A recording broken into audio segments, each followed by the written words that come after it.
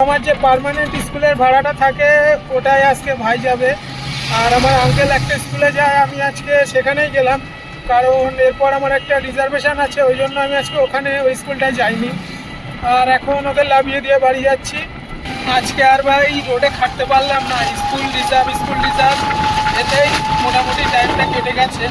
Reserve ভাড়া complete করে ভাই এখন স্কুলের দিকে যাচ্ছি, কারণ আজকে শনিবার, হাফ ডে স্কুল। আর কাকু যায় আমাদের এখান থেকে একটু দূরের স্কুলে, তো ওখানে যেতে মোটামুটি 1 ঘন্টা মতো সময় লাগে।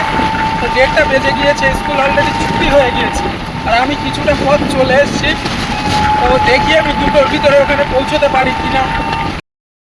45 মিনিটের রাস্তা 35 মিনিটে কভার করলাম, চলে এসেছি, এখন ঢুকছি স্কুলে।